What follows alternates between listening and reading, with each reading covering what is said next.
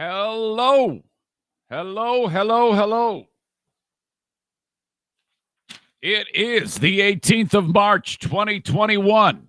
This happens each and every weekday morning from the Baldwin Ace Hardware Fear Bunker Studio. The Eric Zane Show podcast begins now.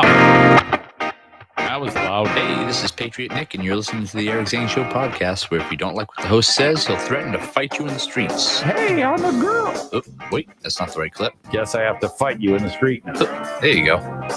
Now here's your host. I'll fight you in the street. Eric Zane. I don't care where it is. I will fight you in the street. All right, welcome in. Thank you, Nick. Appreciate you.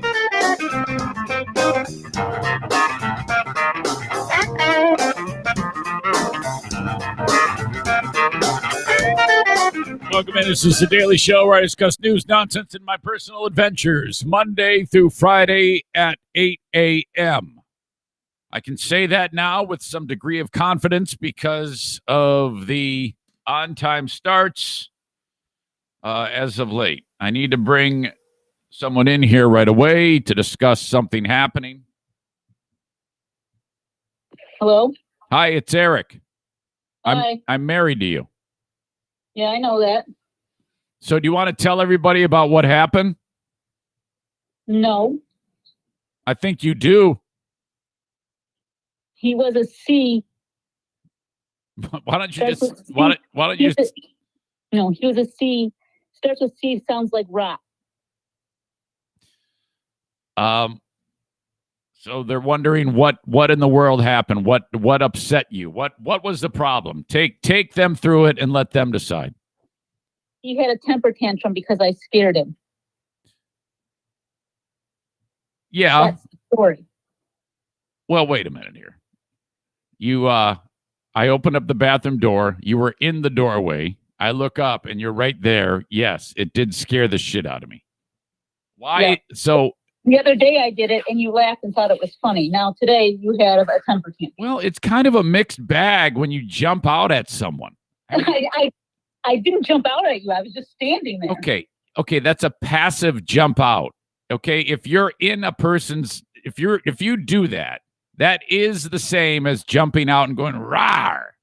No, it isn't. Yes, it is. It's the same damn thing because the door is the place that you would hide. It just happens to be that I happen to be the one that moved the barrier that revealed you. Listen to me. You strategically put yourself in a spot to scare the shit out of me. That was that your goal? Yes or no? No, I was just getting ready to go into the bathroom to brush my teeth. That's a lie. Now you're Now you're a liar. You're an absolute liar. True or false? The goal was to frighten your husband. Yes. Okay. Yes. In the past, I have responded favorably to fright. I don't know why, because I hate it. This time, I did not. That's what you get. It's a mixed bag when you frighten someone. Sometimes that's not a fun experience.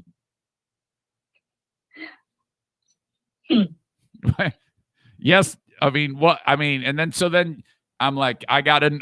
How did the reaction go? Take everybody through this so-called temper tantrum. You're like, yeah, come on, that's enough. That's real funny. Well, I mean, like I said, sometimes that happens. Like, yeah, I get it. You scared me. Funny, So that immediately put a damper on it, and then, but you then, knowing that this bothered me, you didn't say, "Oops, I'm sorry." This is what you said. Sorry. Well, I was annoyed that you were pissed off at something that was supposed to be fun. Well, yeah, but why can't you be? I would be less offended if you would say "shut up, dick," as opposed to "sorry." And First of all, I didn't say it like that. I didn't drag it out like that. Okay. So don't. Whatever. It was anything but sorry. It was the opposite of sorry. You should have just said "fuck you." It would have been just as devastating. Okay. So, I mean, then I come in here, I sit down, and then I'm like, you know what? That's ridiculous. and I go, you're not sorry. I came back out and I restated that I was upset. You get even more annoyed. You're sitting there curling your hair. You're looking all cute, And then I wander back in here, and then I wander back out again. Did I not to try to talk to you? Right, and that's where you lost me as far as me being defensive, because you just said I feel really bad for acting like that. I go, okay, I just won't do it anymore, and it was not defensive at all. Yes, it was. It absolutely was. The whole thing was defensive. All right, time passes. I then realized. What just happened there? Did you drop the phone? Let me guess, you're doing the laundry. No, I put my curling iron down. Oh. So I'm trying to be ready to go. Yeah.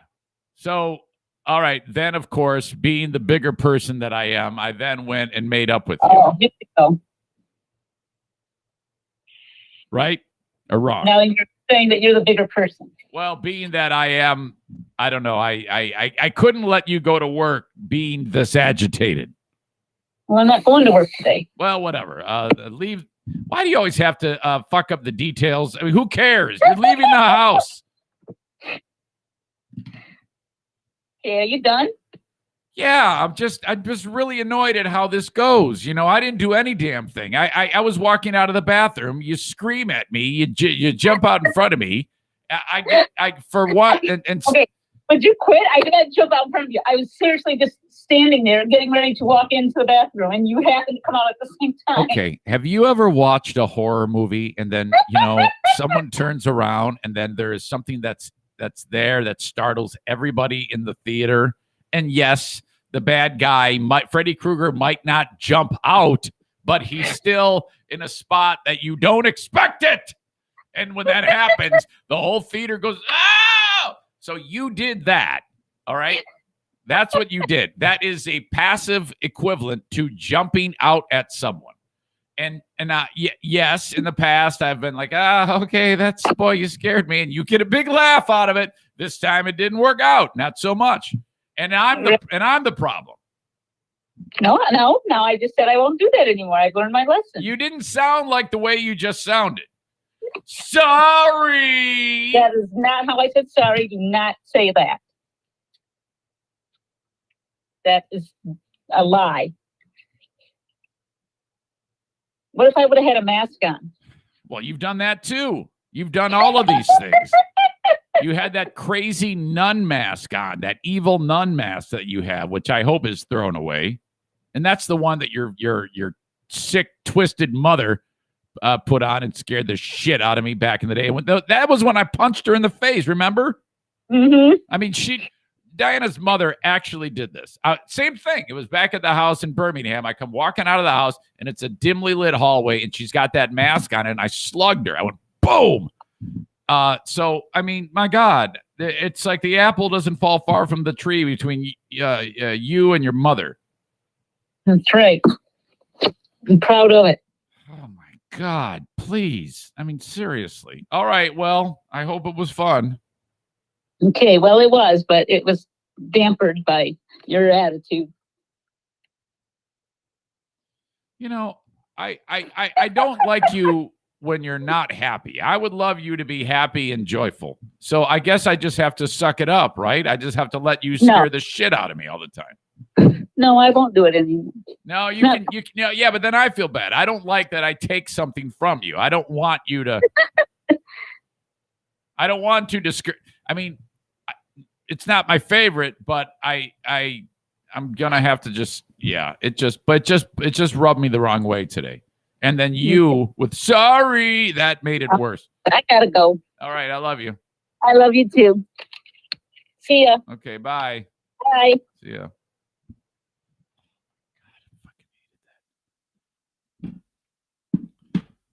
This all happened 20 minutes before we started this show. Oh, my God. All right. I'll be out Saturday with some of the Zaniacs, helping my pal over at my new best friend over at Captain Bizarro's. if you want to hang out, let me know. I still have room for a few more people. Just drop me a line, eric@ericzaneshow.com, and we'll take care of it. Okay. Mitchell says hashtag Team Diana. Everybody's going to be Team Diana. Nobody's going to be Team Eric. No way. Never, ever, ever does that work out. All right. Thanks again for being here. If you are on Facebook enjoying the show live, facebook.com/Eric Zane fan page. Please share it and like it. And thank you very much for that. Facebook is brought to you by Irvine's Auto Repair Grand Rapids Hybrid. On Twitter, a Periscope video brought to you by Blue Frost IT. Hit retweet, write a snarky comment. I appreciate it. And then the almighty YouTube. Search Eric Zane Show on YouTube. Please subscribe to the page. Hit the bell notification and thumbs up. And YouTube is brought to you by my friends at F45 in Byron Center. F45training.com/Byron Center if you want to work out. Last night, I was out late.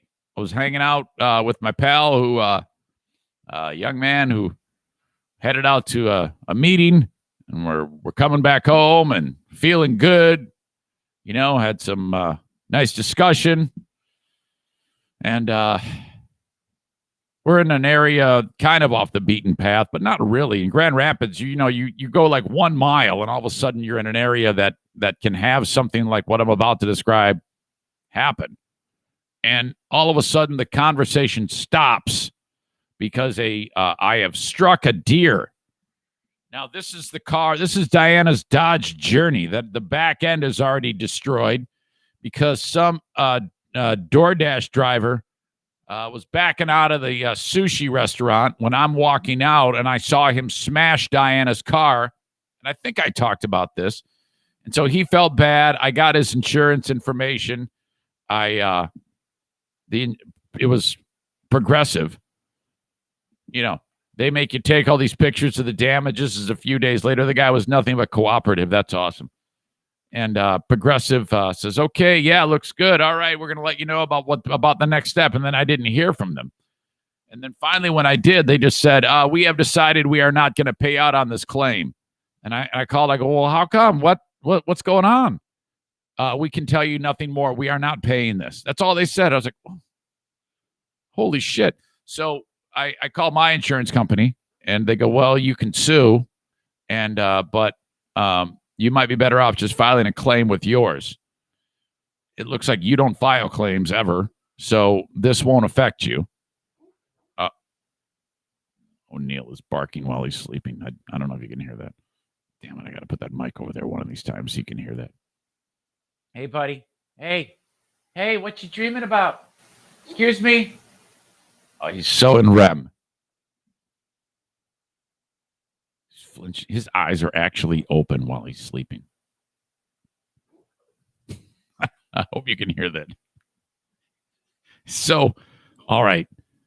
They go, yeah, you don't have any claims, so you should be good to go. You won't see like a spike in your insurance rates. Let's get this taken care of. All right, great. So, when we hit this deer last night, I'm like, oh no. First of all, I felt terrible. Oh my God. And so he ran out, and now everybody always gives me a hard time because I drive so slow all the time. And this is like a 50-mile-an-hour zone. I'm doing like 37, And so I hit the guy, and dude and my buddy, we immediately look at each other, uh-oh. And I look in the side view and the rear view, and I'm waiting to see behind me the path of destruction of hooves and hair and blood. It's dark, but I can't see anything. I don't see. And so I am hoping that it just rung his bell really bad, because I hit him in the head, right in the front left corner of the vehicle. Okay, right where the front end and the side meet. That's where I hit him. That's where he hit me. And so I was like, oh, God. And I just kept driving. And I said, I'm not going to worry about this till I get to where I'm going. I dropped him off 2 miles later. I get out, I look, and I was paranoid that it was going to be destroyed. That's all I need. Nothing.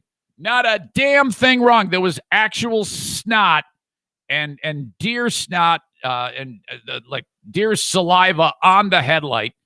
I wiped it with my finger and wiped it on dude's pants. I go, there you go. It's a going away present. Smell you later. Probably got some crazy wasting deer disease because of that. And then there was deer fur, like in the spot where the plastic bumper meets the metal part of the car. There was like deer hair there. I'm like, oh, God. So I was worried. Then I'm like, oh, God, I just hope that guy's okay. Man, I'm such a softy when it comes to animals. I just cannot handle it. So, all right, that happened. Yesterday was more drama, too, with this bank thing. I finally got the final word what happened. I talked about this yesterday because I woke up yesterday and it said, we think your account's been compromised. Did you ring up $300 in charges with something? And it looked like to be well, I don't know what it was, but it wasn't English. And I'm pretty sure it was a Spanish, not Spanish. It was south of the border. I don't even want to say Mexican. I'm not going to say it.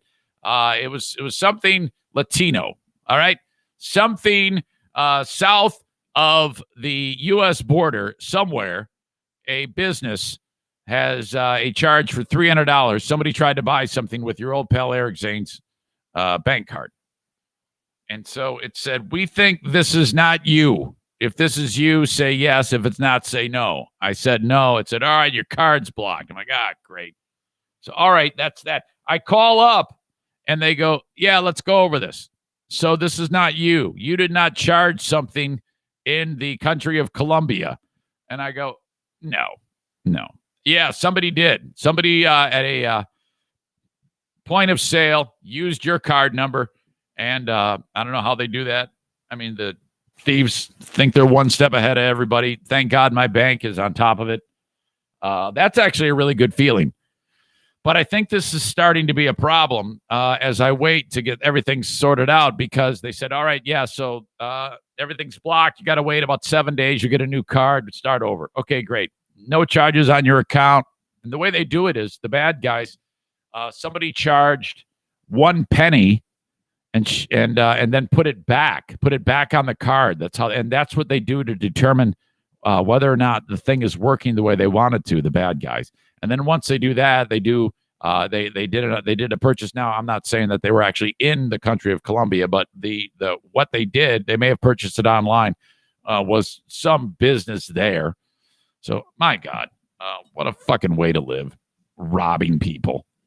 What an absolute disaster. Do you think anybody who actually does that they actually have a moment when they're laying there in bed, they go, what the fuck am I doing with my life? My life is just robbing people. I mean, seriously, how do you live with yourself every single day? All you're doing is robbing people digitally. I mean, what the fuck? What kind of fucking way to live is that? Holy shit. So, all right, there's that.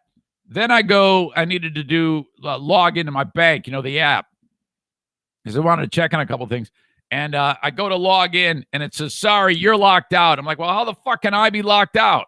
So I had to sit on hold for 25 minutes and redo the thing to be able to do it. And they talked me through it, and all right, taken care of. This morning, I go to log on again, and it says the password's no good. And I'm like, how the fuck? What? So all of this drama is happening, and it seems like it's piling up. Maybe this has something to do with why I was so not receptive to Diana scaring the hillbilly shit out of me this morning. Maybe things are piling up, and there is one more thing that is piling up that I'll tell you about a little bit later on, and that is we have a problem with the NFK. Okay. Yeah, we had a flat-out fight, the NFK and your old pal Eric. And it is the stupidest thing in the world, and it is not my fault, and I need to tell you about this. This is my therapy here. I'm going to tell you about that, and it's all about these fucking feet of his And I cannot believe I am in a fight with a 59-year-old man about the care of his fucking feet. What a stupid shit show this is. Son of a bitch. I look over my shoulder because in my mind, he's looking right at me. Damn it. Oh my God. Wait until you hear this. I'll get to that in a bit. I have to update you on Throat/Dale and his license. I'm going to get to that in a second. San Francisco Uber driver. You just see this guy, this viral video. This guy is, he picks up his fare. They say, oh yeah, come pick us up. They get in, they go, hey, policy is you got to wear a mask. They didn't like that. That's when the drama starts. Now 2 of the ladies are arrested. What? Seriously, come on. People are so stupid. Speaking of that, I have an unrelated but related story. Crazy lady in Texas. Do you remember this lady? Back up, some old lady is getting handcuffed here. Crazy old lady in Texas, arrested for being stupid, isn't quite done with being stupid. The Sharon Osbourne drama. I never did get to this, and I need to because it is just ridiculous. The drama from that show, The Talk, has lots of accusations flying, and they're just the stupidest thing I've ever seen.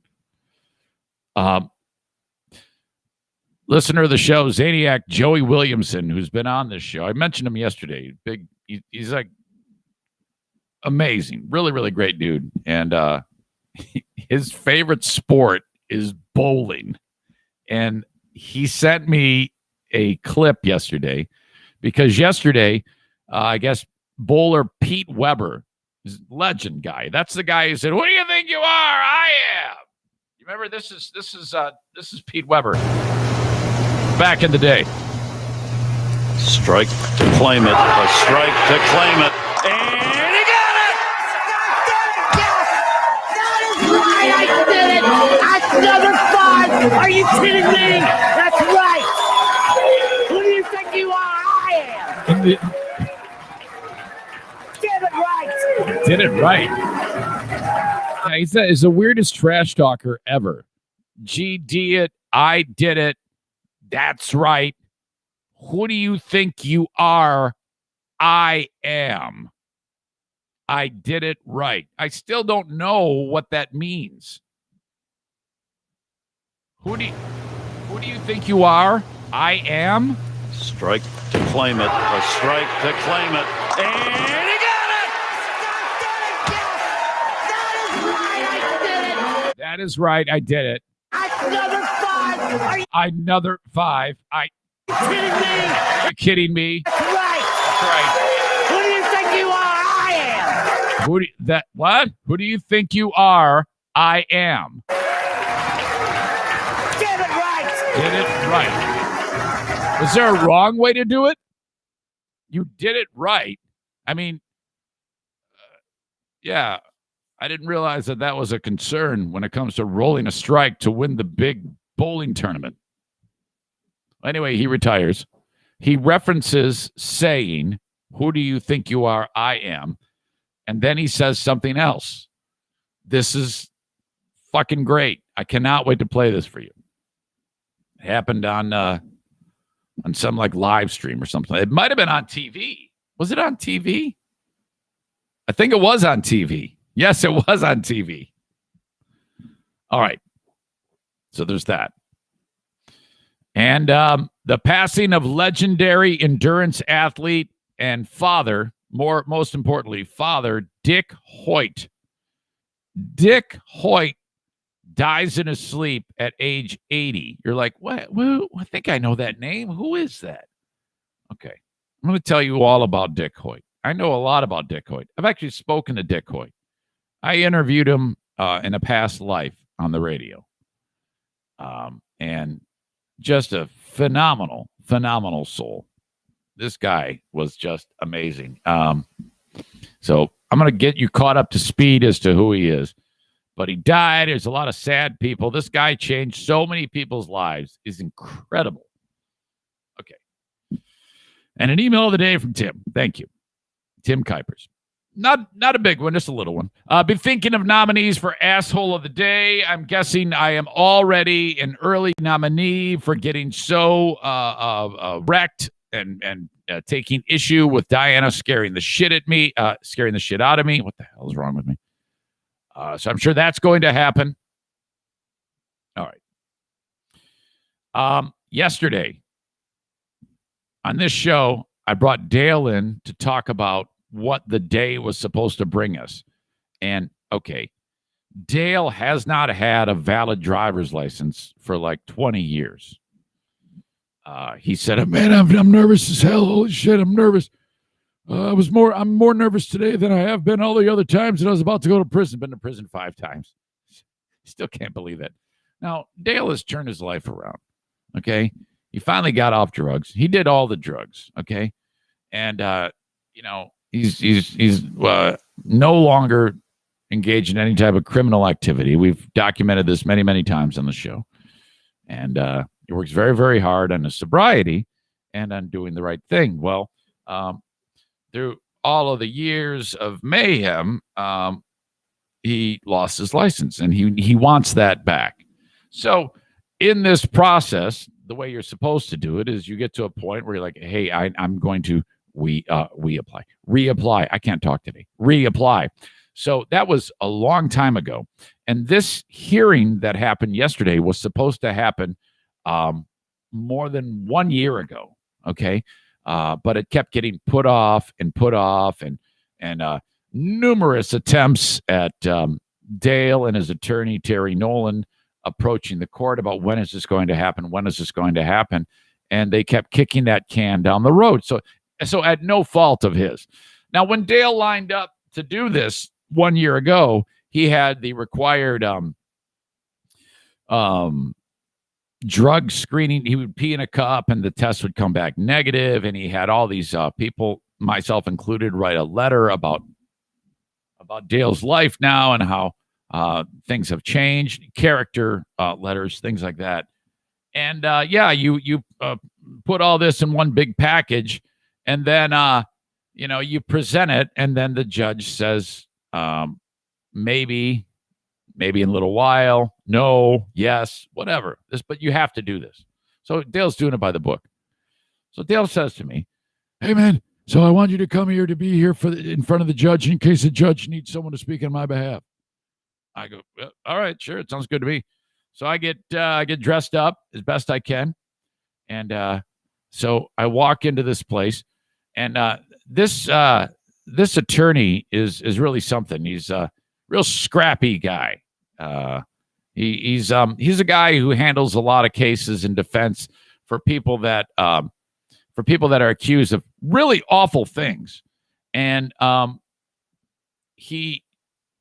lot of the time he works so hard and digs so far, he's able to in front of a judge and jury.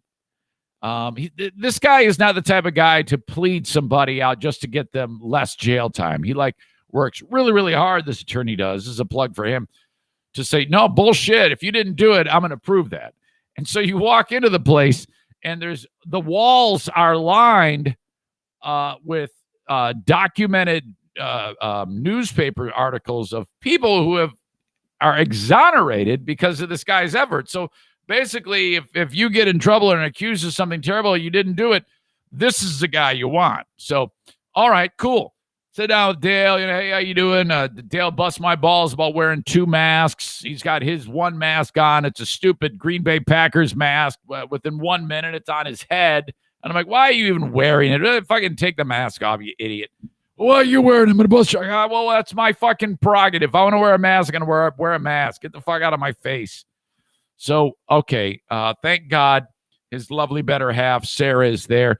Dale makes me feel uncomfortable by saying something sexual in nature about her. I'm like, dude, she's right fucking here. Would you fucking knock it off? She laughs. It's hilarious. Those two are just a riot. Okay, so then I'm like, all right, this is going to be done via Zoom. So I'm thinking I gotta get in front of the camera awkwardly, work my way into the camera shot and talk to the judge. We get in there. And Dale introduces me to this attorney, And so we go into the office. This attorney's pretty cool. I see dog toys on the ground. He's got a puppy dog there. He brings this dog to work. So I'm petting the dog. And then the attorney goes, okay, Dale, when you're in here next to me on camera with this judge, don't look to where Eric is. And Dale goes, well, how come? He goes, because we don't, Eric's not supposed to be in here. And I'm like, wait, what? And he goes, yeah. So you want to make eye contact, look at the camera, because if they think someone's in here coaching you, that's no good. Eric can't be in here. And I'm like, well, why the fuck am I here? So I'm like, at this point, I realized that somehow through the communication, Dale thinking that I had to be there as a character witness is, in fact, there's zero truth to that. And I am just there. So I then sit and play Candy Crush while Dale and his attorney and the judge talk about Dale. Okay, so you're all wondering, Eric, what happened? Did he get his license? Well, I think a good thing happened, but he doesn't have his license. And because what this boils down to, without getting too in depth on the details, is the judge said, well, hey, this is taking too long. Well, how come this took so long? And so Dale's like, thinking to himself, well, you tell me. I didn't do anything. So they're like, yeah, it's been a year since you had this. This test that you took, the drug test, is a year old. I need a fresh sample. Give me a fresh batch. So it's like, well, it turns out, though, that what she was suggesting, very specific stuff, we're under the impression that all he has to do is take care of a couple of things logistically to freshen up his I've been being good package of information, and then he'll be fine. So, yeah, it's delayed. We have a little bit of a delay while he goes through that, but essentially, I didn't need to be there. And what they ended up doing was the judge was very, very cool. Said, why don't you withdraw all of this officially? Like you're going to withdraw it, and this didn't happen, and then refile with fresh stuff. Okay, how does that sound? And then the judge says that would be a great idea, which we all agree that was her saying, well, it's your idea, Your Honor, and so you're saying your idea is great, so we're taking that as this is going to work out for our old pal Dale. And so that was very, very cool. We're happy about that. So now, it's all by the book. It's just that he happens to have this really awesome attorney helping him along the way. So that's good. And he's got me in there playing Candy Crush, petting the dog. And then one time I actually fell asleep. My head was down sleeping, and I realized I was snoring like O'Neill. Oh, fuck, wake me up. And then Dale's like, hey, man, afterwards, we're sitting there talking, and hey, man, if you want to leave, you can. I'm like, oh, no, I cleared out my whole schedule for this. It's okay. I'm sitting next to your pretty wife. That's the only saving grace here. I can sit next to her. Could you please take a picture of us? Oh, my God. So that's it.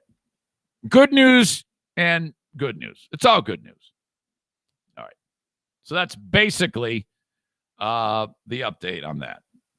And the open of the Eric Zane Show podcast is now complete. I want to remember. I want you to remember that the live stream of the show is brought to you by my friends at Gift of Life Michigan. Did you have a chance to see me on with all those amazing people yesterday after the free podcast, doing that 1 hour little group discussion, panel discussion about kidney donation?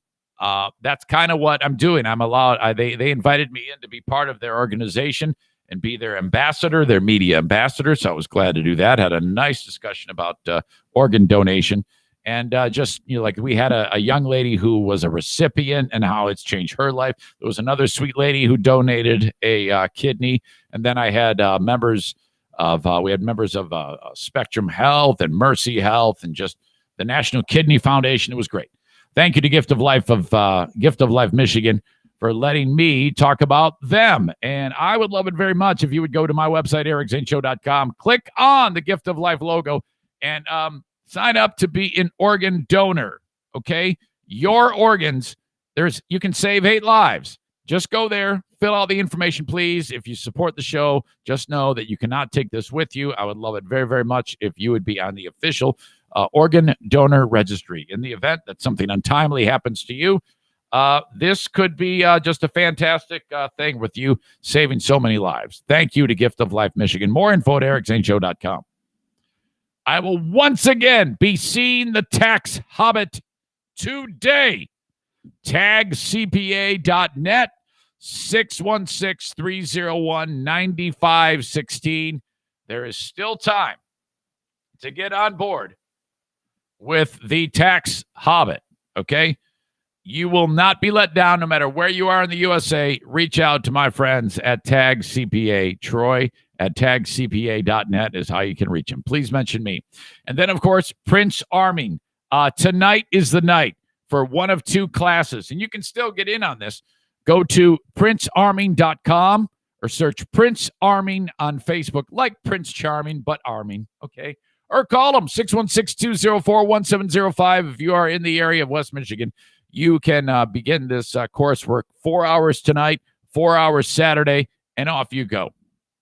You can then, at the end of that, have your permit to carry your pistol concealed. I should say that's the first step. That is the certification that you have taken the required classwork required by the state of Michigan. Then you go over to your county office, show them that, get fingerprinted, they do a background check, boom, off you go. That's how you carry your pistol. A few weeks after that, they send you your license. Okay, you're not going to believe this, but your old pal Eric Zane has a full bladder, and he's got to go tinkle. John in Jennison is watching. He says, hey, play that thing that I made of you getting scared on the podcast. I did. If you'd watch the show more often, you would know that. I absolutely did that already. So come on. All right. As Kevin Kuipers would say, I got to tinkle. So hold that thought and I'll be back. Hang on.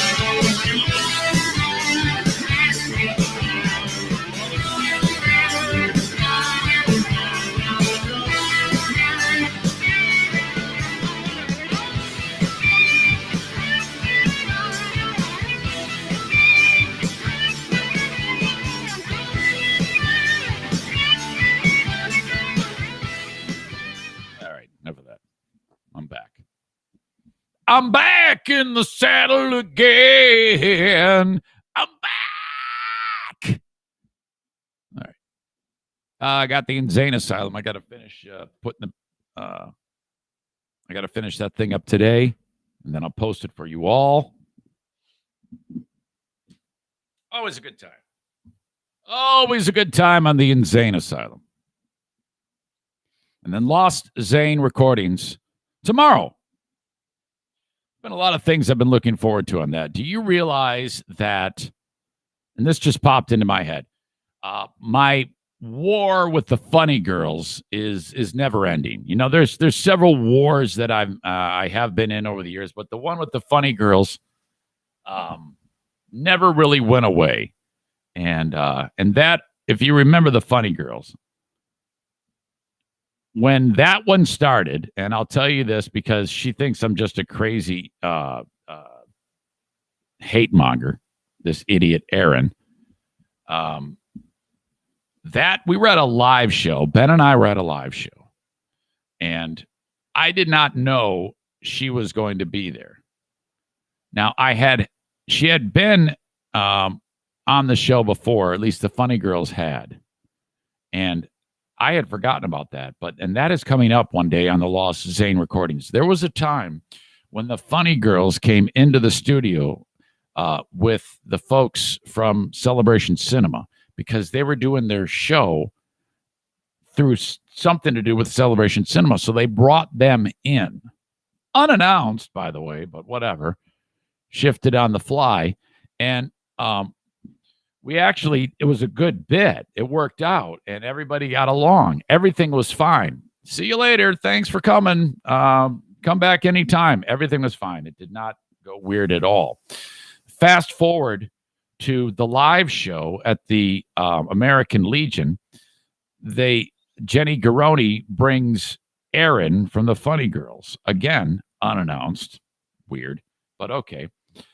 Because to talk about their show. So, but what I did not know is that she was getting pissed off at shit going on with the audience. I think I was making fun of somebody's cleavage or something like that. And she's way woke, and that got her going. I found out through a discussion with her after that she was pissed off about that and this and that and the other thing. But I didn't know that. No one has any idea. So when she sits down next to us, she's pissed off already. We think she's playful about her gayness. She's not. So we make a couple jokes. They don't land. She gets offended and swears. I forgot what she said.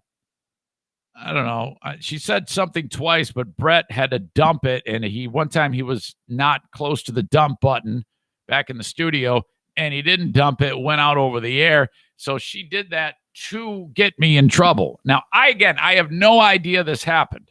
I have no idea that this is a problem. I have no idea she's confrontational. She ends up leaving. I say to Marcus, I go, hey, what was up with that? Was that weird? And he goes, yeah, I think it was. I think she's pissed. I go, oh, wow. Okay, my God. Show ends. We've continued with the show. No big deal. And I forget about it. And then I hear and then Jenny from Celebration Cinema, she goes, are you aware of what's happening? I go, no. Well, the funny girls are pissed, and she made a post about you just murdering you, calling you a homophobe and all this. I mean, really nasty shit. I'm like, oh, my God. Well, I got to reach out to her. I call Stu, and he helps me mediate a phone call. Have her with this phone call with her, and I'm talking to her. And it takes about 10 hours of conversation, but we have like an armistice. There's like a ceasefire called. Okay. All right. So all is well. From that time to the next day, Zaniacs go to the Funny Girls Facebook page and obliterate her. Now, I did not tell them to do anything. People they gave them 1-star reviews and talk shit about them.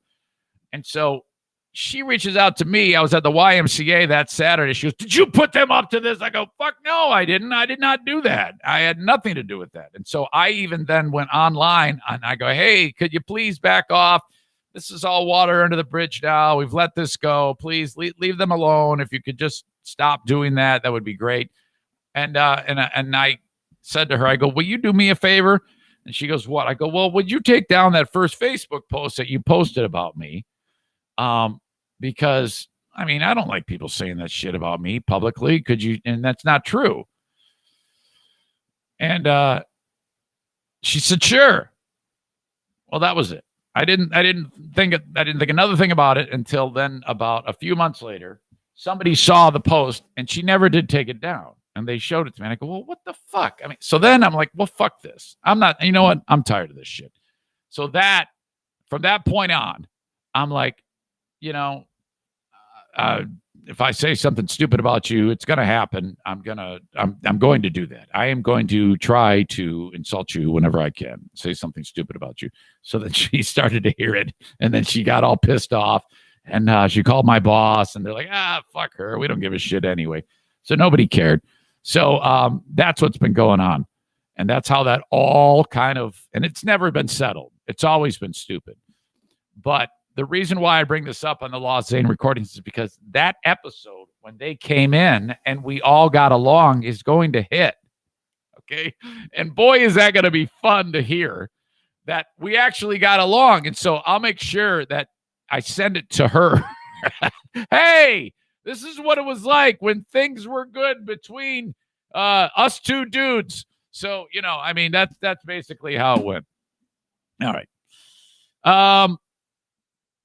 So where the hell am I now? This is always weird because I'm like, what the hell was I doing? Okay.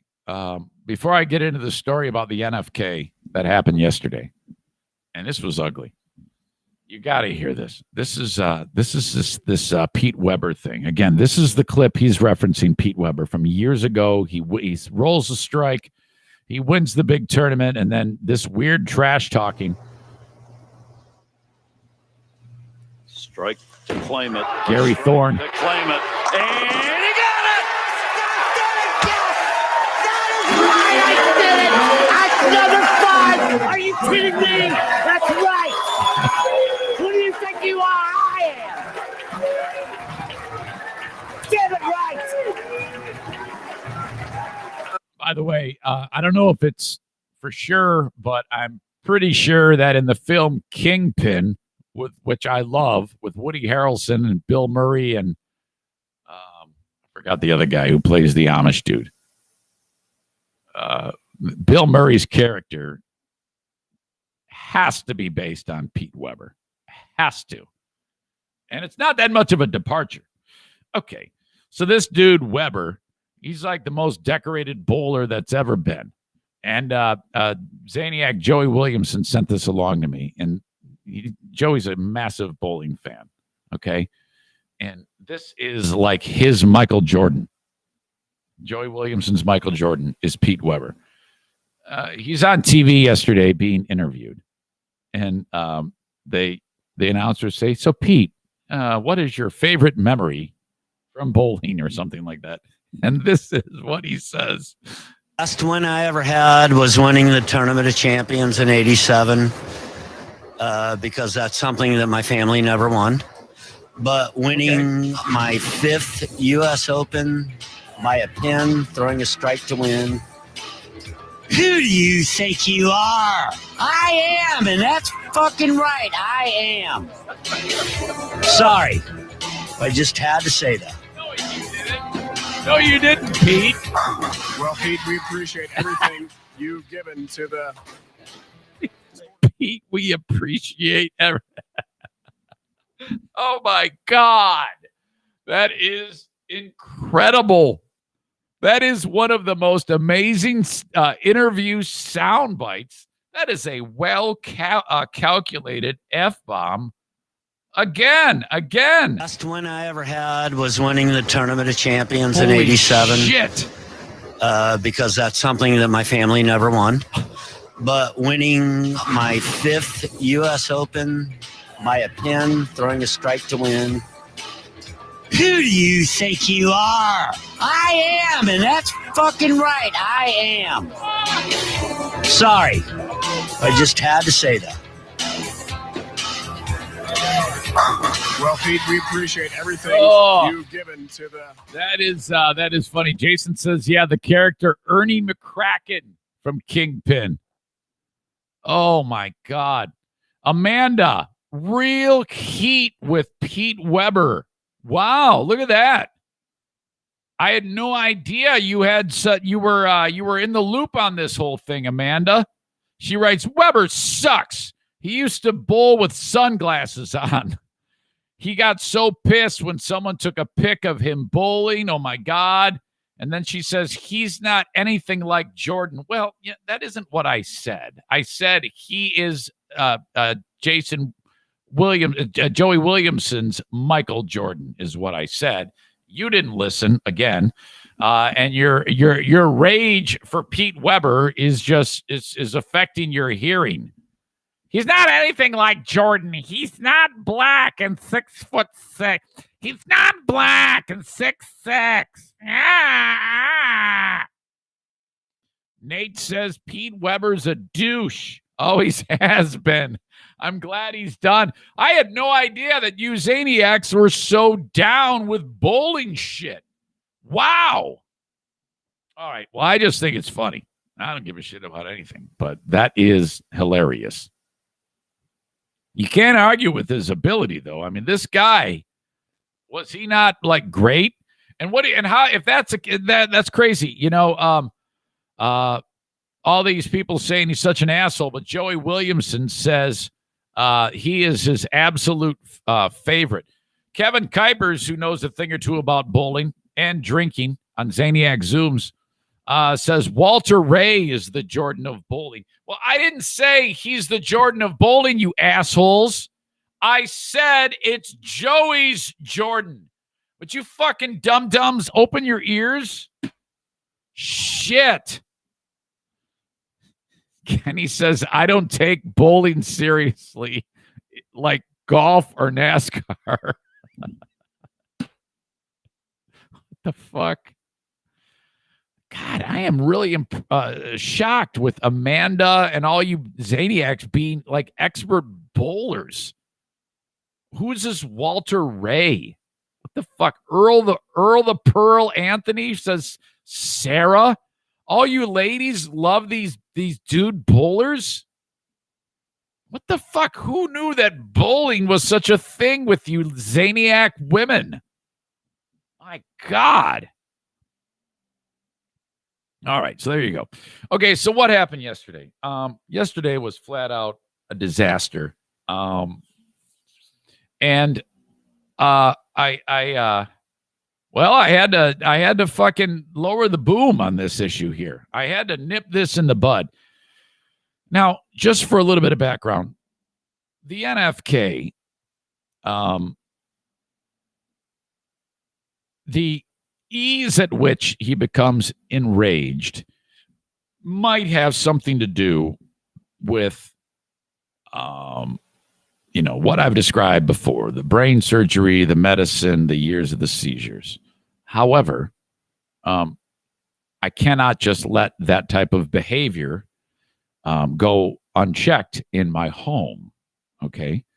I don't care if my influence of, hey, that's not appropriate, doesn't happen. To me, this is a raging inferno of rage rather than just a smoldering dust up from time to time. See my point? So, being that I am usually the one leading the charge in trying to get the NFK, all the various doctor's appointments and things like that.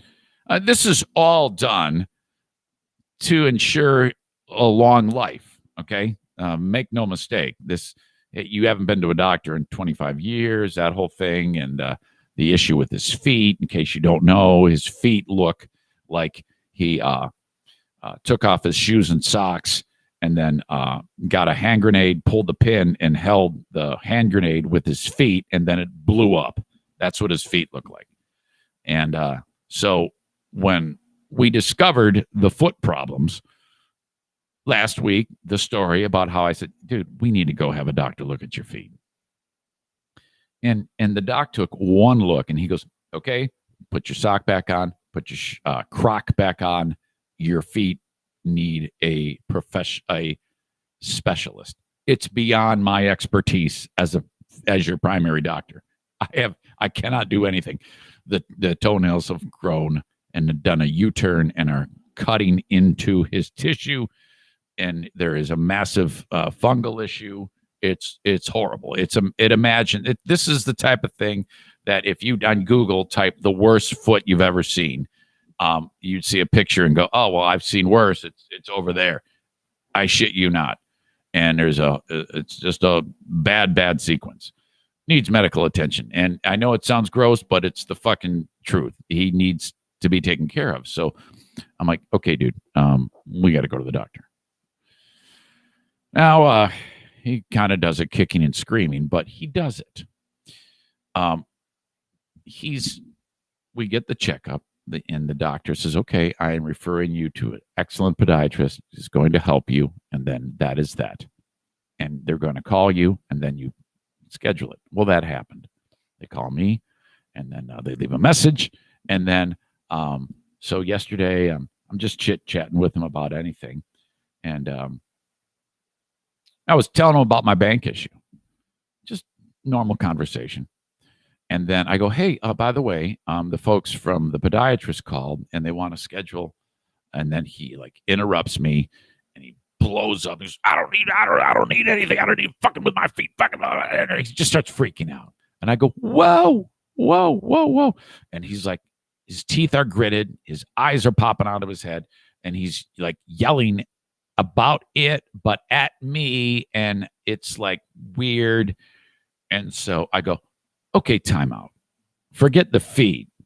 Now we need to talk about how you're talking to me right now. I go, you were in the room, first of all, with the doctor. You were there. You heard. He goes, my feet are fine. I go, they aren't.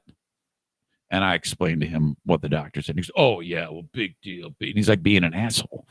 So I go, okay. Dude, I'm on your team. I am your number one fan. You're my buddy. I'm helping you. I am trying to get you appropriate medical care. Your sister and I are looking out for you. You need this. And I go, when have I ever tried to betray you? Tell me all the times I've done wrong things to you. How many times have I done that? None. I go, okay, all right. So I'm on your side. But I'm kind of like raising my voice. I go, this is bullshit. I go, you cannot talk to me like that in my house.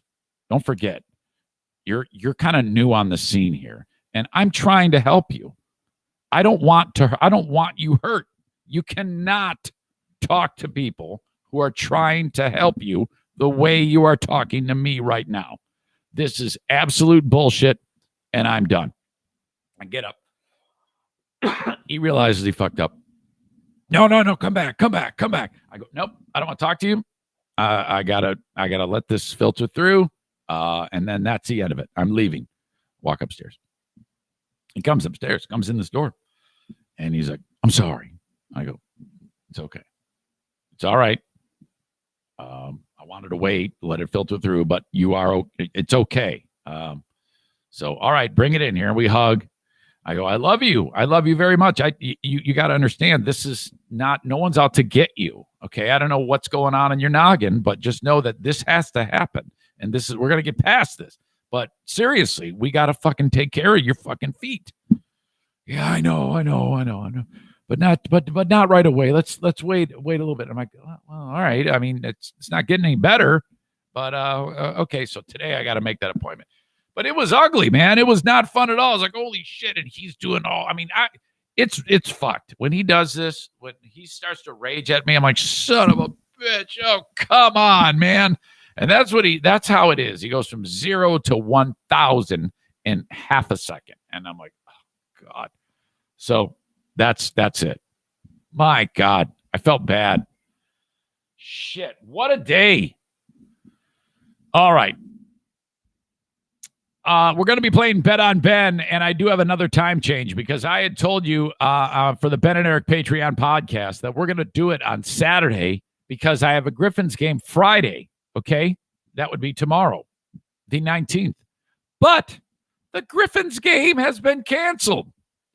A member of the opposing team, the Chicago Wolves, there is a COVID issue.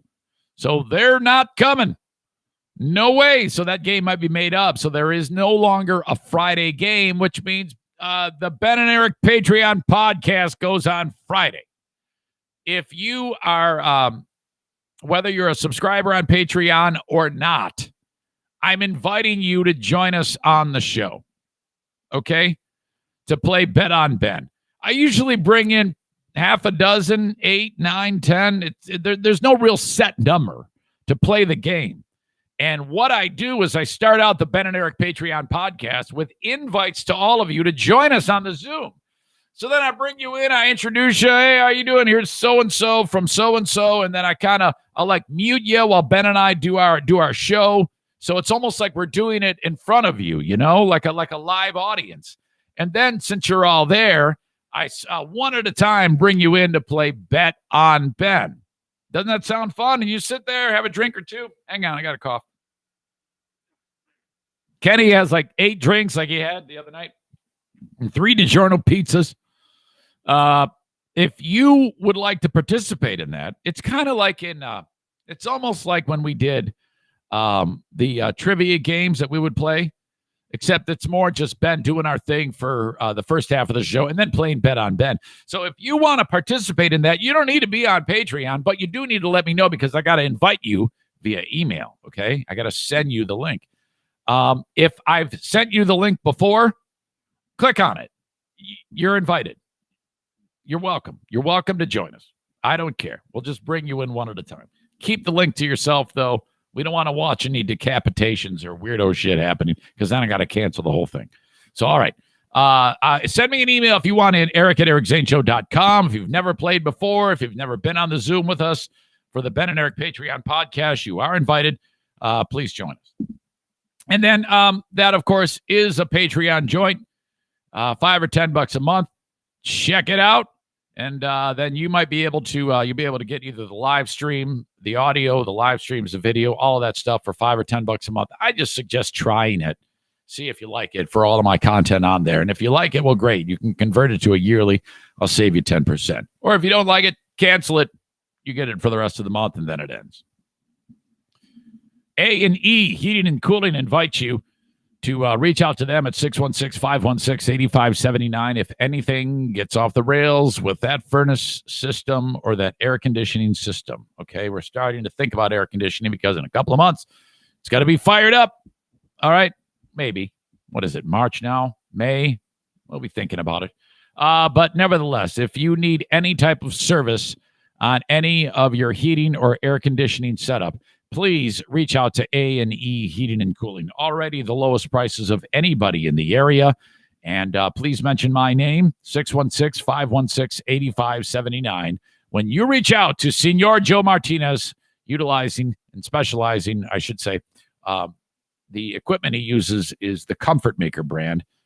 So that is a top-of-the-line service, top-of-the-line equipment from the Comfort Maker. Joe Martinez at A&E Heating and Cooling. Okay, and then, of course, the car dealer of choice, Sarah Honda Granville. Thank you to them for signing up for another quarter of advertising on the show. They are a spectacular group over there. When you shop in person or online, please make it a point to know that you let them know that you heard it on the Eric Zane Show podcast. Okay? If you're in person, say hi to Thad Bond or Cameron. I appreciate that if you say hi to them. They are on Kennewa Avenue in Granville, Michigan, next to the Cracker Barrel, right by 44th Street. Sarah Honda Granville, online at sarahhondagranville.com. If you're in the market for a new certified pre-owned or a used car, please take a look at Sarah Honda Granville. Did you see that video that went viral about the 3 or 4 ladies get into the back of an Uber? Guy picks them up somewhere in San Francisco. They don't have masks on. He's like, hey, ladies, it's state law. Getting into rideshare, you got to have a mask on. I got to leave the windows open a little bit. They refused. He said, well, then I got to drop you off. I don't want you in my car. They don't get out.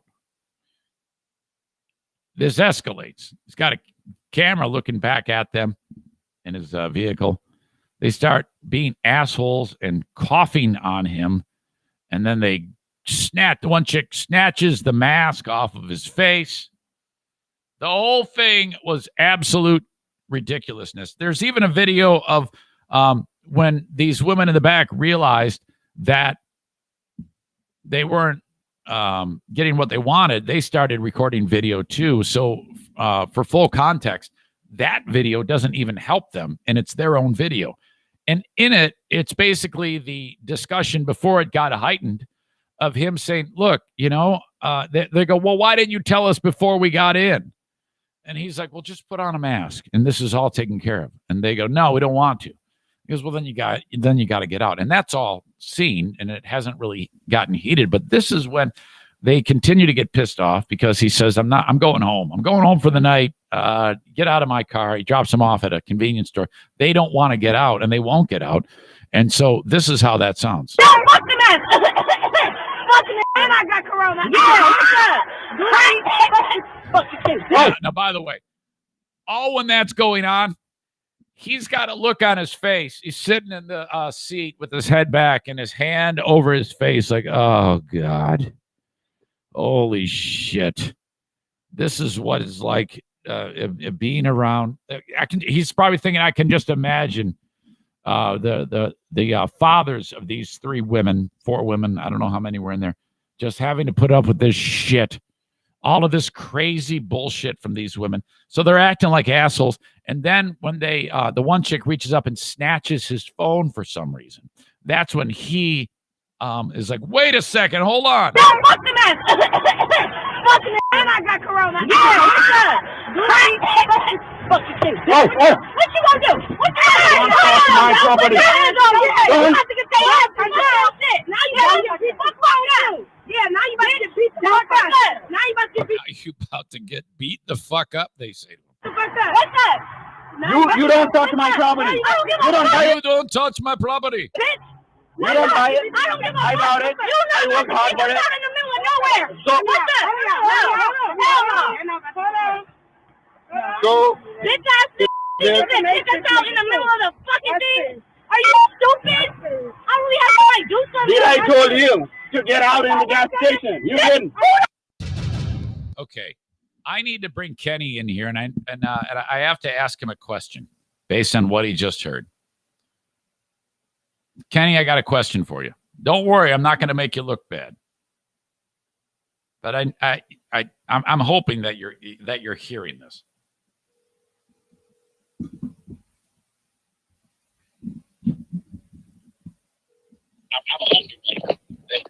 Hey, how are you?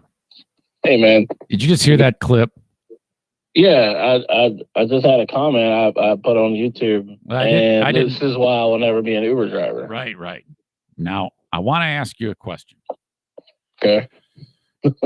We agree that it is never, ever okay to punch a woman in the face. Well, for sure. However, is there at least 1 percentage point of you that wants to punch her in the face? Well, yeah. Because I do too. I 100% of me wants to punch all of them in the face. Yeah, I wish he would maybe in that moment, like, just kind of punch back or hit back towards it, behind him and hope maybe he, and then it's, oh, well, I couldn't see where. Right. Yeah. You can. Well, yeah. I was trying to get my phone back, and I accidentally closed my fist and put it through her head. I think he could pull that up. But this guy is a cool cucumber. He then just lays low. They finally get out, and now, okay. So then I'm going to finish the rest of the story. I just wanted to ask you that. I'm going to finish this up now. Well, see, real quick, I was wondering, were they drunk? Was that the scenario? Doesn't say. It does not say. They just sound awful. They sound like people terrible. You would never want to be within 6 feet of you, let alone in your car. So. Oh, my God. Okay. All right. Thank you. All right. All right. There you go. think we have nominees for assholes of the day with these women. It's going to be tough to beat that. The story's not done though. First of all, this is the dude. It was unbearable. It was threatening. I was scared of my life. The cursing thing was too much. The ladies were even talking about shooting me, calling their cousins to shoot me, and they were making fun of my race. All right. Malaysia King is in custody. She was the one coughing and snatching the phone and the mask. Another suspect, Arna Kamaye, is about to or has turned herself in.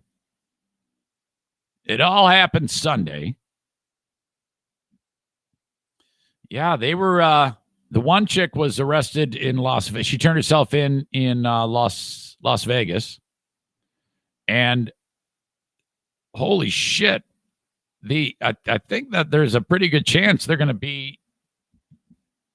This might be prison time.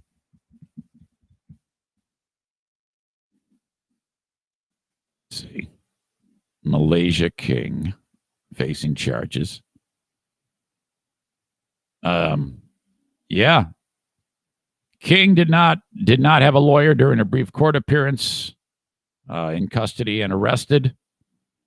And one of them faces 14 years and another one faces 20 years. My God.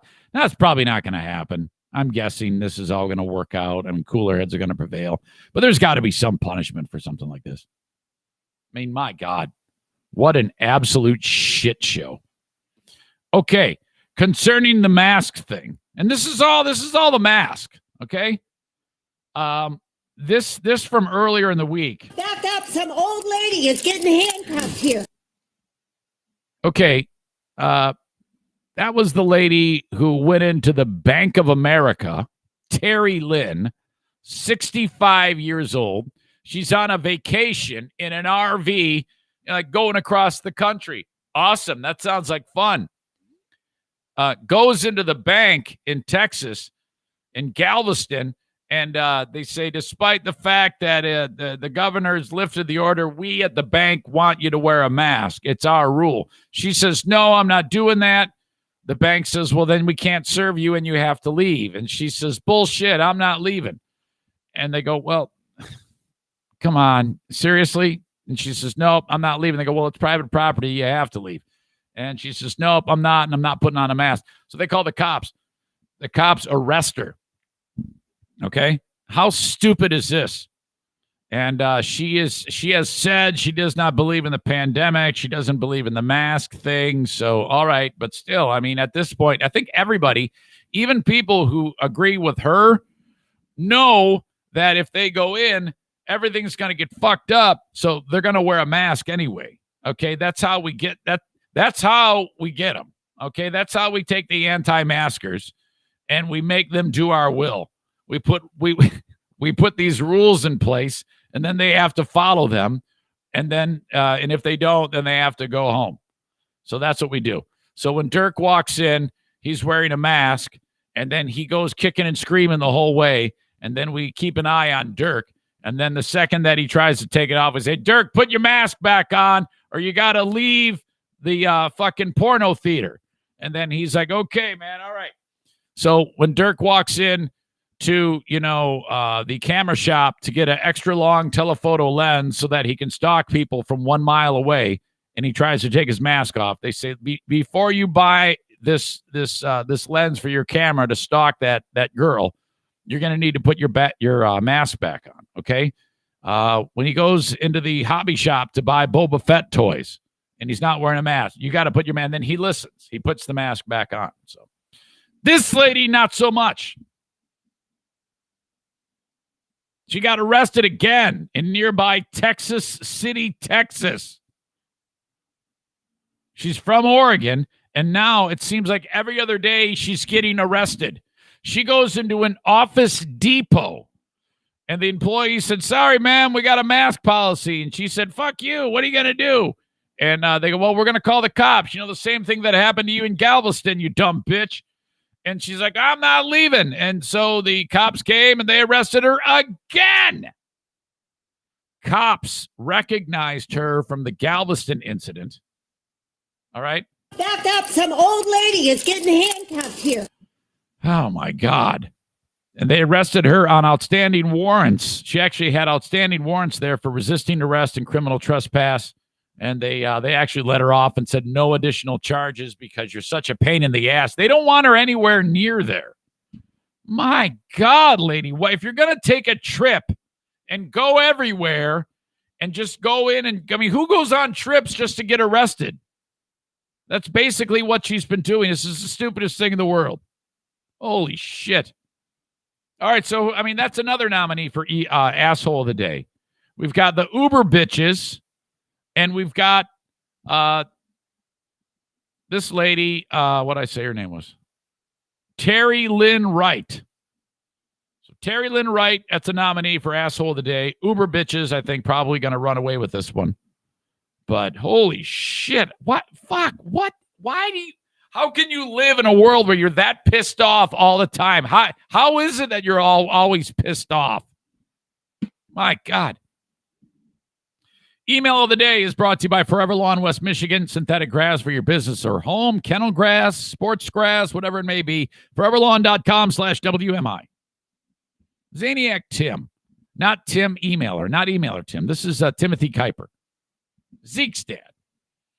Am I understanding correctly that you are in the hospital? What the hell happened to you?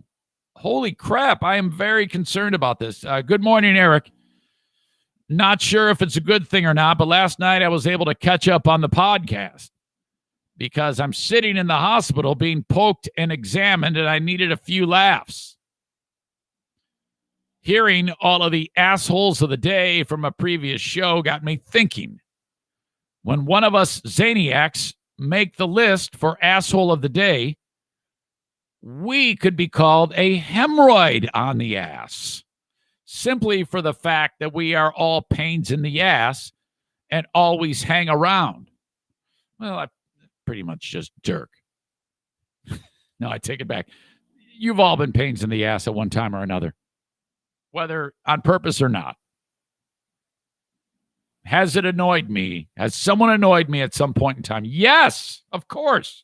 Just as I've annoyed you. When I pick on you. That's why I can be on the asshole of the day as well. As always, love the show. I'll probably be listening live this morning. He wrote this the other day. I'm running on a treadmill, having doctors make me puke. It sounds like a stress test to me. Have a great day. Signed, Tim. Oh, my God. Hang in there, buddy. I hope you're doing okay. I hate that. Okay, yesterday I posted that a little collage of all of the bumper stickers / window stickers that I have available at ericzaneshow.com under merch. I think the stickers are like $2.50 each, which to me, this should be like a freaking dime, but they overcharge on TeePublic. People have always wanted the stickers. They've always asked about the stickers. So you can get one of 7 designs. Zany Bunch, I'm a Zaniac, Poverty Radio, Who Needs Radio, the one with my dad, Dear Meathead, one with my logo, and I think that's it. Get yourself a bumper sticker, ericzaneshow.com, click merch. If you buy 4, you save 25%. I think that's right. That's a hell of a deal, by the way. That actually is pretty great. That's an easy way to get more stickers out and save you some money. So let me see here. Stickers. I think all of the things on the merch have that type of offer. Okay, so if I click on the Dear Meathead bumper sticker, 25% off when you buy 4 stickers. I don't think everything is like that. Like, for example, if I click on mugs, which I really like the coffee mugs, the ones that are all black with the white handle, those are great. Some have the logo positioned 45 degrees from the handle. Some have it some of them have it 90 degrees. If you have a preference, you can kind of like pick and choose there. But like on the coffee mug, yeah, I don't think there is a deal on the coffee mugs. I think it's just $15 plus shipping. T-shirts. Let me check this out. By the way, you can click male or female. Cut differently for the ladies. T-shirts. Is there a sale on T-shirts? I don't think so. There was, but there isn't now. How about hoodies? If I buy 2 hoodies. There isn't. On the zip-ups, the artwork is on the back, FYI. So there you go. Okay, ericzaneshow.com. Click merch, and you can shop for yourself. All right. F45 in Byron Center, Michigan. Love those folks over there. If you want to take advantage of working out with the pros, man, really, really great. So you walk in there, you've got your own workout space, sanitized with the equipment you will need for the workout. Let's say you step into tile number 6. That's your space, okay? You're socially distant from everyone around you. And then you just follow on the little animation that says number 6 on the big board that's on the wall. And you do that exercise. Do it for 25, 35 seconds. Handful of seconds rest, do another exercise or another round of that. Okay, you get halfway through it, you take a water break, you do it all again, or different. It just depends on the day. It could be a cardio day, it could be a flexibility day, it could be a strength day. The point is, you get it all when you go there, but you got to go. As soon as you sign up, make sure you go, and you can get 1 week free, okay? Just go to f45training.com/Byron Center. Sign up for 1 week free. Please mention my name when you go there.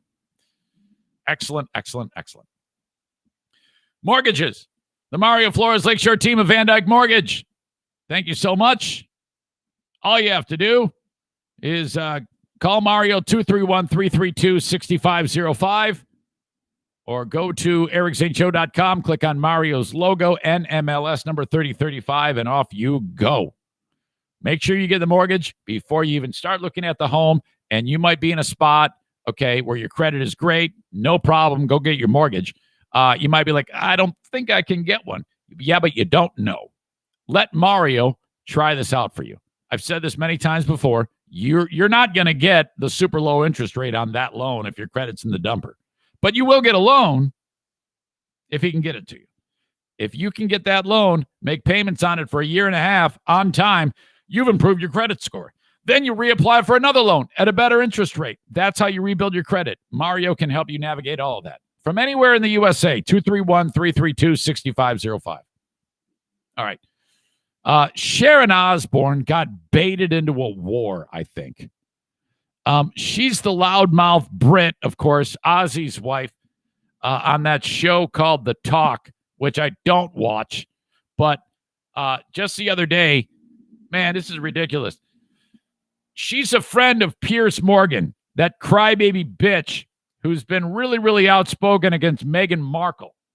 Now, he got himself into his own bit of hot water when he questioned whether she was faking it or not when she said she was suicidal, which that's pretty tricky business if you're just going to throw somebody under the bus. So, yeah, whatever, you're lying. So that was a huge mistake. He's out. He's no longer on Good Morning Britain or whatever the hell the show is called. And he's kind of a baby because he took off in a huff rather than addressing the issue with that guy that was there on the show, calling him out on it. But whatever. Okay, so Morgan's a bitch. We all agree on that. But she's friends with Morgan. Now, I don't have any idea whether Piers Morgan is a racist or not. I have no idea whether how anybody is about anything. I mean, I don't think anybody's come out and said that they're a racist here. But Morgan's been super outspoken about Markle. Well, Osborne is kind of in the Piers Morgan camp. And her co-hosts on The View know that. So, okay, in my opinion, that's a freaking recipe for awesome TV. So the rumor is that the producers said to all the other hens on The Talk, get her feet moving. Get her talking about this. Get her pissed off. We want good drama. And here it is. It fucking worked. Well done. This is how you win. You draw attention to shit like this. Now, it's all stupid, okay? But Osborne, this kind of got weird when they were talking about race. And now the network is like keeping the show off the air, and that's drawing more attention to it. So this is all part of the publicity game here. This is not like something that they don't want. This is what they want. On the show, what is the African American lady's name? What the hell is her? Cheryl Underwood. Okay, Cheryl Underwood. Well, first of all, Sharon Osbourne reacted angrily last week during a discussion about Piers Morgan. She describes Morgan as a friend. Okay, this is after Morgan left the show, after he said he didn't believe that she was suicidal. Okay, covered that. Cheryl Underwood said to Osbourne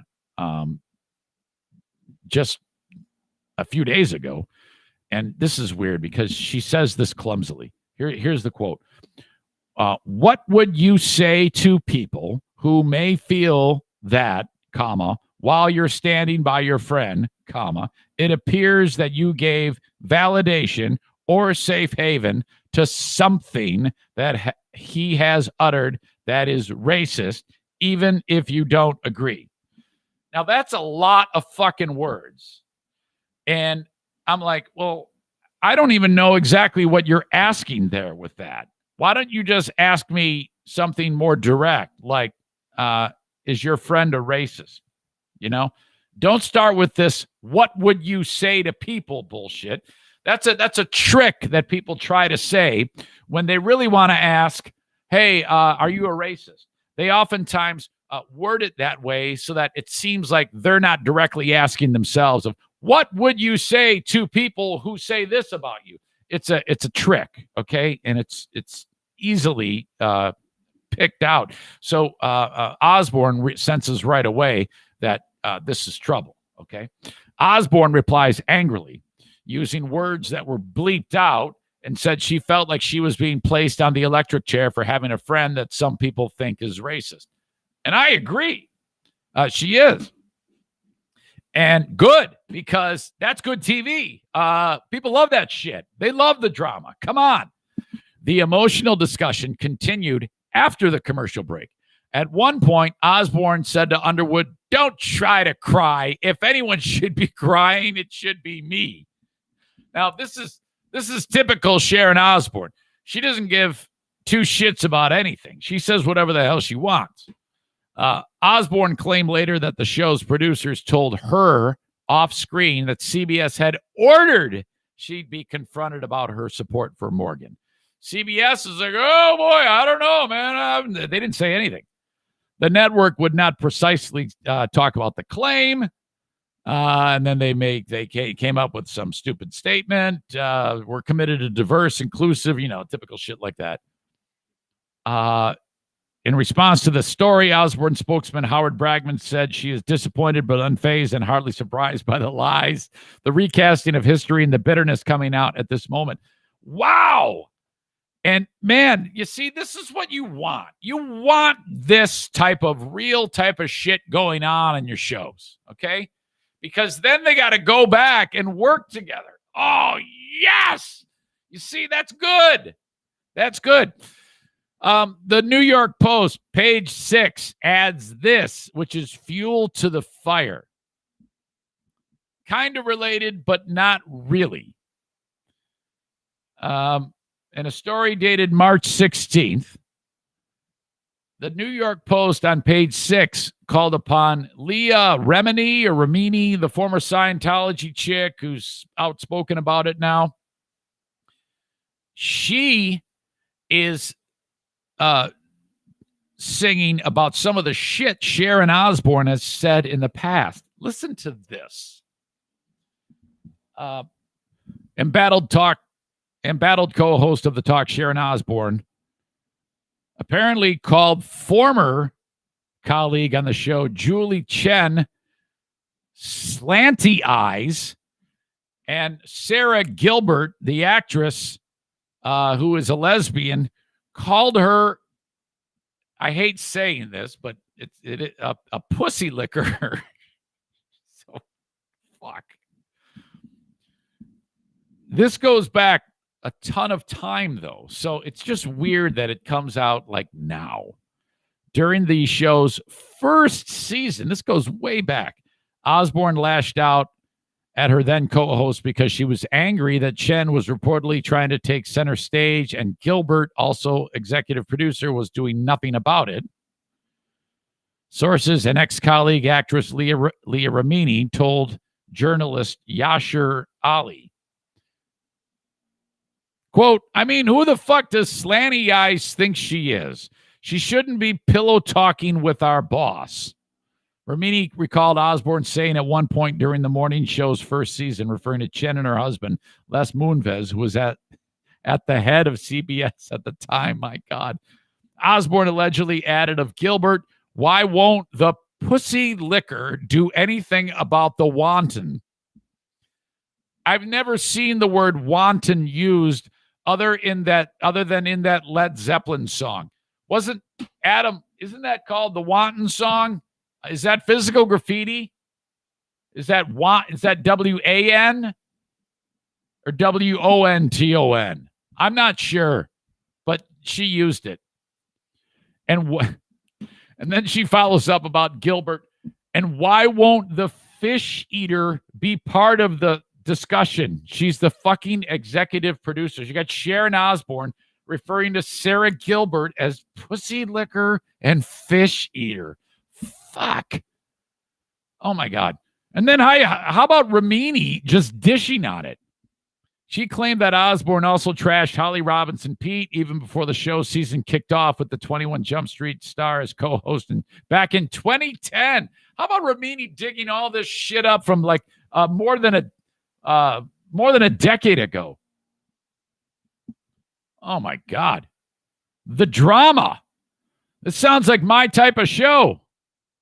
All of this coming out because of this nonsense that went on with her support of Piers Morgan. Kind of stupid, but kind of interesting, too. Okay, that's all nonsense. Now I want to talk about something that's really, really fantastic, and that is the life of a legend. There's nothing funny about this. It's all just great. And it's the story of Dick Hoyt. Some of you may have seen this come across on your notifications. Oh, Dick Hoyt has died. You might be like, who's Dick Hoyt? Well, Dick Hoyt is an absolute legend, okay?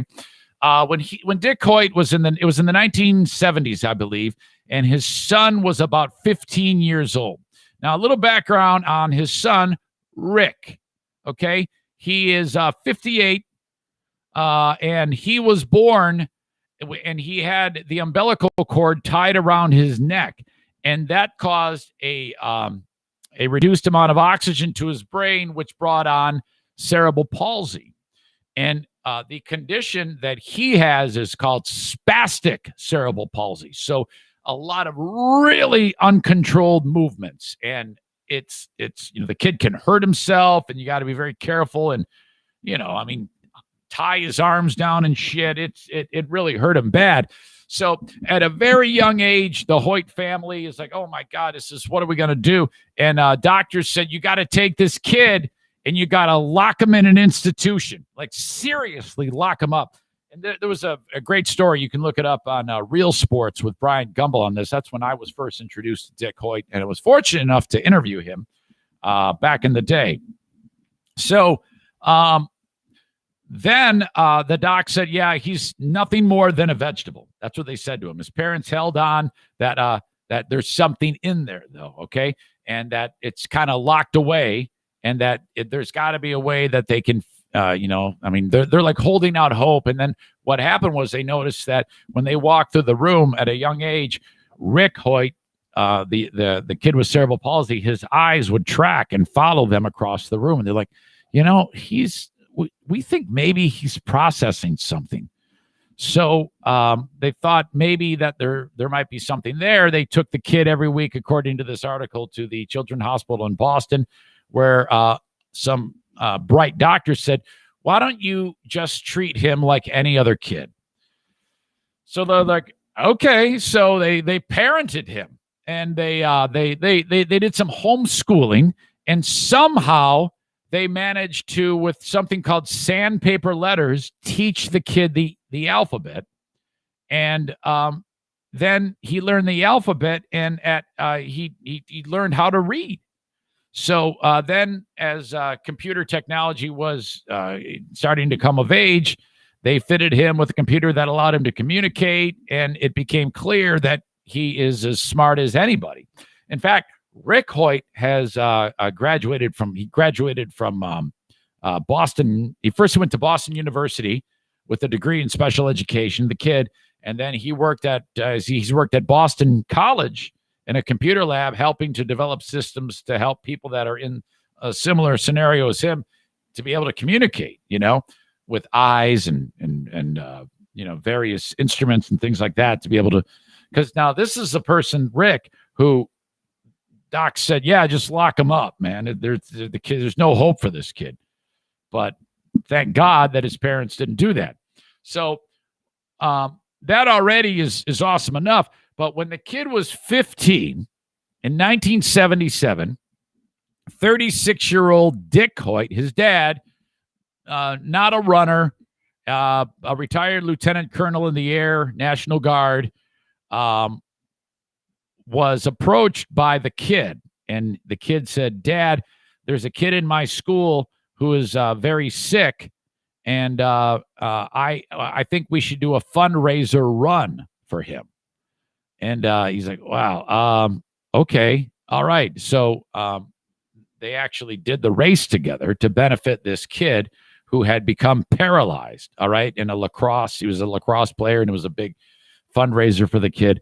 So after their first 5-mile run, Hoyt began running every day with a bag of cement in a wheelchair because the kid was at school studying and unable to train with him. Hoyt got so in shape, and for those of you who run, you'll know how impressive this is.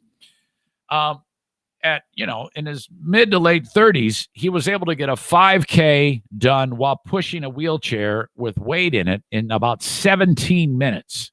So that's fucking hauling. Typically a state champion in high school is going to win a race at about 15 minutes, 15. You're going to have people on a state champion team. There's 7 runners per team. You're going to have people on the team, like the 5th, 6th man on the team is going to run 17 minutes. And that's great. And he's doing this at that age, never has run a step in his life. And he's pushing a freaking wheelchair. Okay. So that's the beginning of the magic.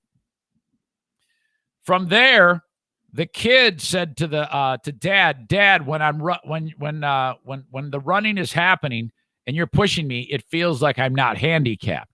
The wind blowing through the kid's face, the movement, things moving fast in his periphery and line of sight, it helped him progress through this different type of brain function caused by cerebral palsy. Now, that kind of has led Dick Hoyt. He's the grandfather of all of this type of running with a person who has some type of compromised scenario. You've seen in West Michigan, my team Triumph. Okay, that's a organization that does this exact thing. It was all brought about because of Dick Hoyt running with Rick all of these years. My pal Jeff Joush, running with Chelsea, is his organization similar. His daughter, God rest her soul, became a staple at races. Jeff running marathons, doing triathlons. It's all because of Dick Hoyt. He was the first guy to ever do this. So Hoyt was like, fuck, man, I'm going to run with my kid everywhere. So the Agars, Johnny and Jeff, it's all because of Dick Hoyt. Dick started to train, and he had became a staple at the Boston Marathon. And so he's crushing all these marathons, 72 marathons, 6 Ironman triathlons through March 2016. At one point, he ran across the United States. He has raised millions of dollars for worthy charities doing just this. Dick Hoyt was a mile from the finish line with Rick in the 2013 Boston, when the bombs blew up from those maniacs who hurt all those people and killed or maimed so many people. Dick was right there when that happened. I didn't get to finish that one. But my God, just an unbelievable career. He passed away in his sleep just it was announced yesterday at the age of 80. What a stellar life for one Dick Hoyt. 257 triathlons, 6 of them iron, 7 of them half, 22 dues, 72 marathons, 8 20-milers. The list goes on and on and on. Total events, 1,130.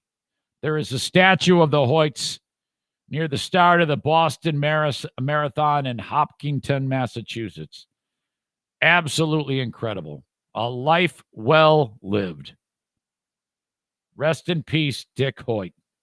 June 1, 1940 to March 17, 2021. Incredible. All right. Going to wrap up this show. We're going to focus on the AOTD. We'll get to that in a moment. If you have any nominees, raise your hand. We'll check it out in just a second. Want to help your business? Reach out, Eric at ericzaneshow.com. If you want to be part of the army of businesses that help this show along, please do so. Just drop me an email on the Shoreliner Striping inbox, Eric at ericzaneshow.com, and I'll tell you how it works.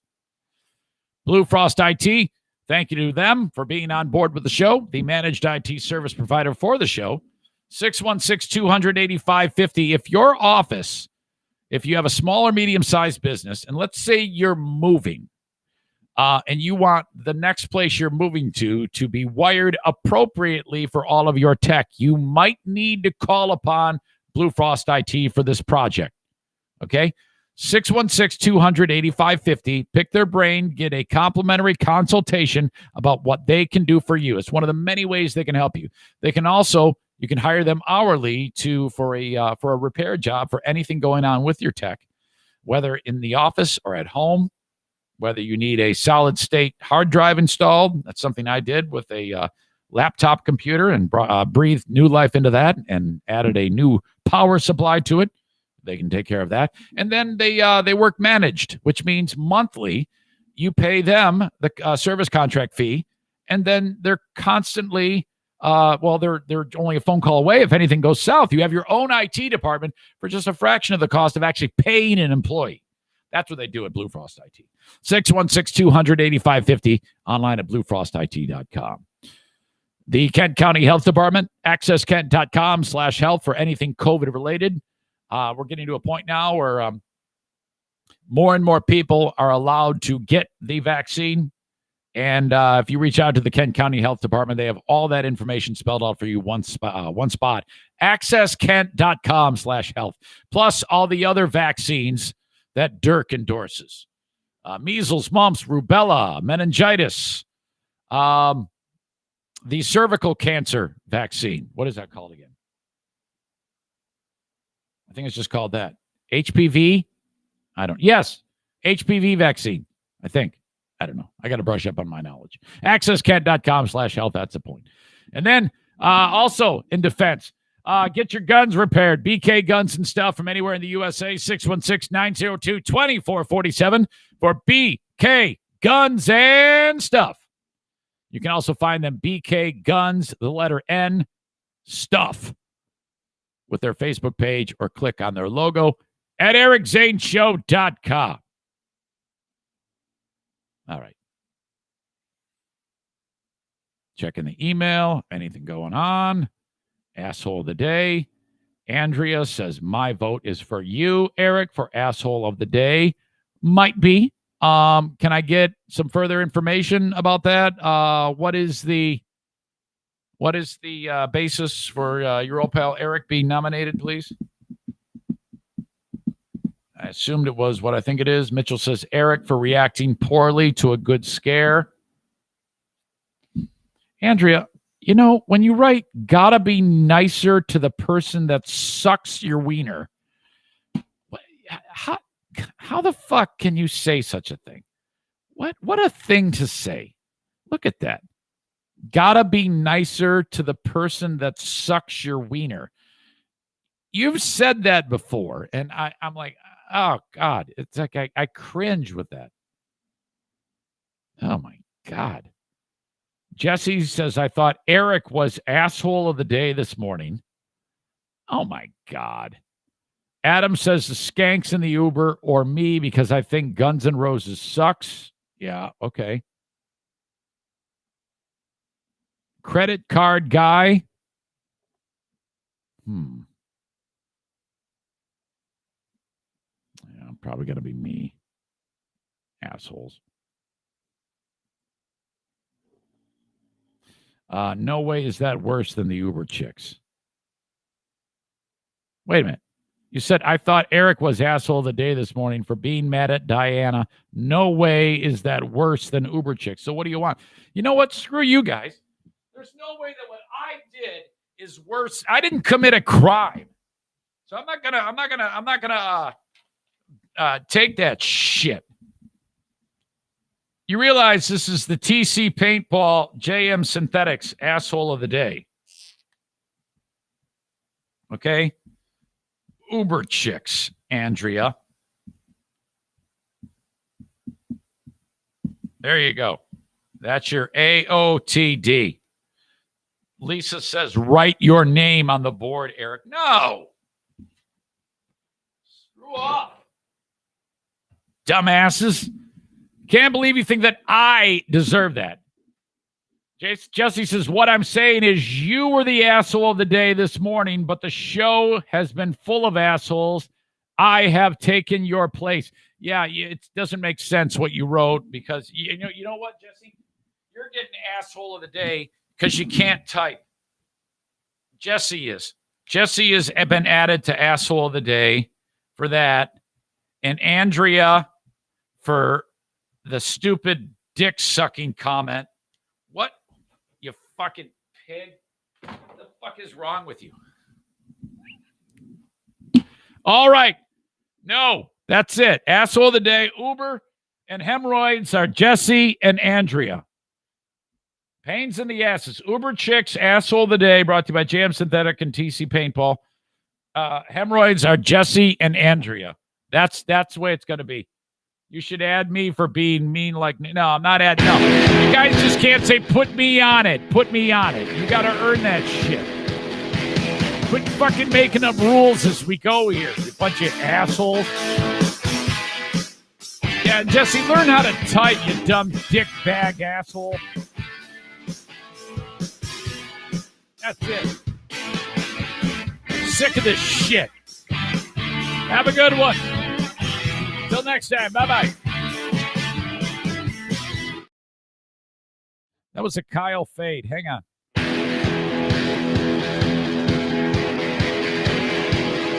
All right, here we go.